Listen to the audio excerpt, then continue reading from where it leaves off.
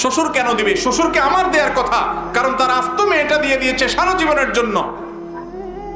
পড়ালেখা করাইছে সে, গড়ে তুলছে সে, গাছ লাগাইছে সে, আর গাছটা তুলে নিয়ে আসতেছে আমার সংসারে, সারা জীবন আমাকে সার্ভিস দিয়ে যাচ্ছে। নির্লজ্জের মতো কিভাবে ওই শ্বশুর বাড়ির দিকে তাকাইতে পারে কোনো যুবক? যৌতুক নেওয়া বা দেওয়া হারাম। বিশেষ করে নেওয়া তো সর্বাবস্থায় হারাম। দেওয়াটা কোনো মেয়ের বাবা যদি বাধ্য হন, এছাড়া তার মেয়ের বিয়ে না হয়, তাহলে সেক্ষেত্রে তার জন্য নিরুপায় হয়ে তাকে কোনো অসভ্য সমাজ বাধ্য করেছে, কোনো অসভ্য ব্যক্তি পরিবার বাধ্য করেছে, সেজন্য বেচারা বাধ্য হয়ে তার মেয়ের বিয়ের জন্য যদি দেয়, তাহলে তার দেওয়াটা কি হবে না? হারাম হবে না।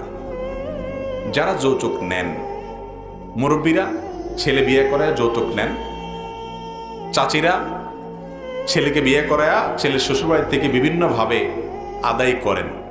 সারা বাংলাদেশে আছে, আপনাদের এই অঞ্চলেও আছে না নাই?